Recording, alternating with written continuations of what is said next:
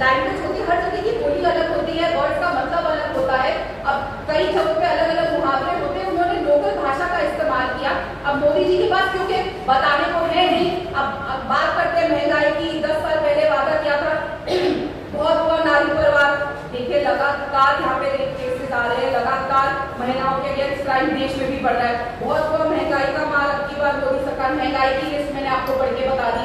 Petrol diesel के दाम बराबर करने की बात कही थी।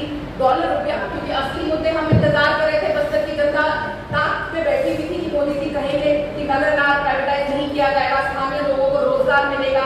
मोदी जी आके कहेंगे कि 32% आरक्षण आदिवासियों को मिलेगा, नहीं बोला गया। हसदेव के ऊपर कुछ बोलेंगे कि यहाँ पे रोक लगा दी जाएगी, पेड़ अब नहीं कटेंगे। तो उनको डिविएट करना था, जिस तरीके से छत्तीसगढ़ को बर्बादी की ओर ले जाने का उन्होंने फिर से काम शुरू कर दिया है, तो इसलिए वो वहां पे लेकर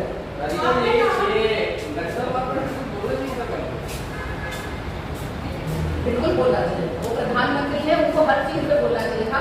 मैंने जैसा कहा नक्सलवाद पे बिल्कुल बोलना चाहिए था, उनको नगर नार पे बोलना चाहिए था, उनको आरक्षण पे बोलना चाहिए था, 32% जो आदिवासी के लिए, उनको हसदियों पे बोलना चाहिए था, बढ़ते क्राइम के ऊपर बोलना चाहिए था, हर चीज पे बोलना चाहिए था। पर उन्होंने क्या बोला?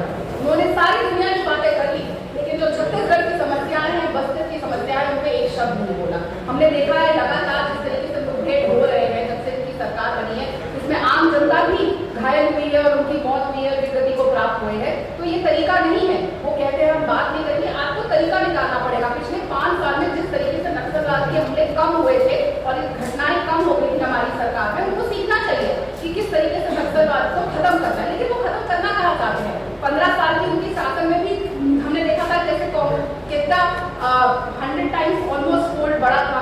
मुख्यमंत्री जो रमन सिंह थे, उनके खुद का एरिया जहाँ से वो चुनाव लड़ते थे, वहां तक नक्सलवाद पहुंच गया था। तो नक्सलवाद से लड़ना उनका ना नीति है ना नियत है, ना खत्म करना उसकी नीति और नियत है। उनको सिर्फ नीति नियत यह है जुमले देना और बात डिबेट करना, जो बात उनको सूट नहीं करती उसके बारे में चर्चा नहीं।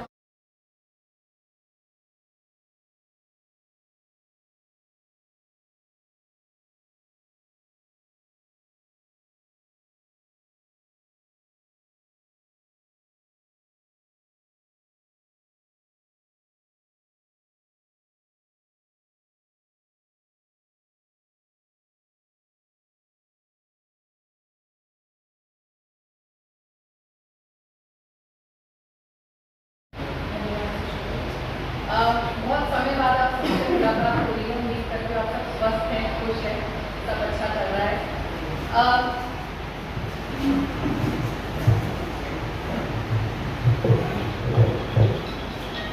आज मोदी जी छत्तीसगढ़ की पावन धरा पे हैं। हमने उम्मीद करी थी कि वो बस्तर वासियों के लिए कुछ कहेंगे, कुछ बोलेंगे, कांकेर वासियों के लिए बोलेंगे, छत्तीसगढ़ वासियों के लिए बोलेंगे। इसीलिए हमारे प्रदेश अध्यक्ष, छत्तीसगढ़ के प्रदेश अध्यक्ष श्री दीपक बैज जी ने मोदी जी को कुछ चुनौतियां दी थी। उनके आने से कुछ घंटों पहले कुछ चुनौतियां आप लोगों तक वो पहुंची होंगी। सबसे पहली चुनौती ये थी, अगर आपको बस्तर वासियों का सच में आप हितैषी हैं, उनकी सच में आपको फिक्र है, तो आप सबसे पहला काम इस पवन धारा पे आते ही कहेंगे कि नगर नार प्राइवेटाइज नहीं किया जाएगा और सबसे ज्यादा नौकरियां अगर मिलेगी तो वहां के स्थानीय लोगों को मिलेगी। दूसरी चुनौती उन्होंने जो दी, वो कहा कि जो न्याय जो हमारे यहाँ पे राज्यपाल के पास बिल पड़ा हुआ है, जो हमारी सरकार लेकर आई थी कि 32% आरक्षण आदिवासियों को दिया जाएगा, उसको पास करने के आप निर्देश देंगे। राज्यपाल दो आ गए, वो बिल वही है, राज्यपाल बदलते गए, बिल वही का वही स्थायी है और मोदी जी की चुप्पी और मौन भी वही के वही स्थायी है। उम्मीद करें कि शायद वो कुछ बोल के जाएंगे। और तीसरी बात, हसदेव सरगुजा में जो हसदेव के बार लगातार पेड़ काटे जा रहे हैं, अभी तक लाखों पेड़ काटे जा चुके हैं। आज मोदी जी का मैं भाषण सुन रही थी, उसमें कह रहे थे कि छत्तीसगढ़ वासी मेरा परिवार है, सब मेरा परिवार है, परिवार का घर उजड़ रहा है। और किसके लिए? एक मित्र जिसको वहां पे माइनिंग कर दिया डानी साहब के लिए, लाखों पेड़ काट दिए, जो मतलब हरा ऊपर से दिखता था, जब वहां के ऊपर से प्लेन जाता था, हेलीकॉप्टर जाता था, दिखता था, वहां पे हम खुद होके आए राहुल जी की यात्रा में, वो सारा साफ कर दिया फॉरेस्ट। लेकिन अदानी साहब के लिए करना है तो मोदी जी वहां भी चुप्पी है। तो जो उम्मीद थी वही हुआ, क्योंकि मोदी जी म से मौत हमेशा बनाए रखते हैं और वही हुआ। अभी भी मौत चुप्पी रही उनकी, कुछ नहीं कहा। आए, बोले, बहुत सारी चीजें बोले, बड़े बड़े जुमले दिए, बड़े बड़े नारे दिए, लेकिन बस्तर वासियों से रिलेटेड एक शब्द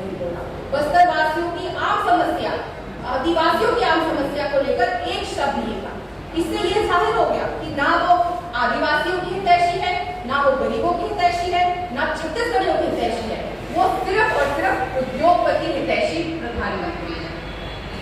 और ये बार बार जाहिर होता है। अच्छा, एक बात और उन्होंने बार बार कही कि हमने देश को पहली आदिवासी महिला राष्ट्रपति दी, हमने प्रदेश को पहला आदिवासी मुख्यमंत्री दिया।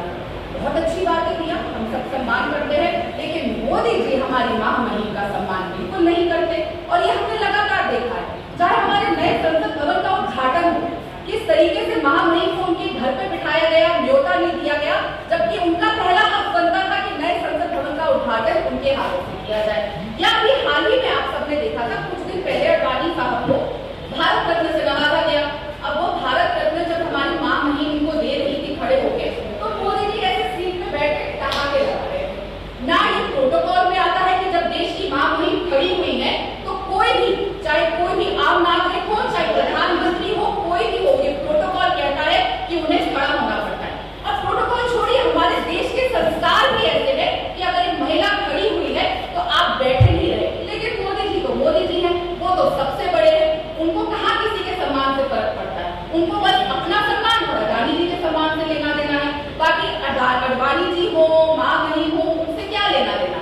तो बातें लंबी लंबी करा लो कि हमने आदिवासियों को इतना आगे बढ़ाने का काम किया, देश की पहली महामहिम बनाई, लेकिन महामहिम का अपमान लगातार मोदी जी करते आ रहे हैं। दूसरी बात, बनने से पहले 10 किलो 210 रुपए में मिलता था, आज वो 410 रुपए में, सीधा दूल्हा। फुल क्रीम दूध 30 रुपए मिलता था, अब वो 66 रुपीज है। देसी घी 300 रुपए मिलता था, अब 675 है। सरसों का तेल 52 रुपीज होता था, अब 150 रुपए है। अरहर दाल 80 रुपए थी, अब 210 रुपए अरहर दाल की। रसोई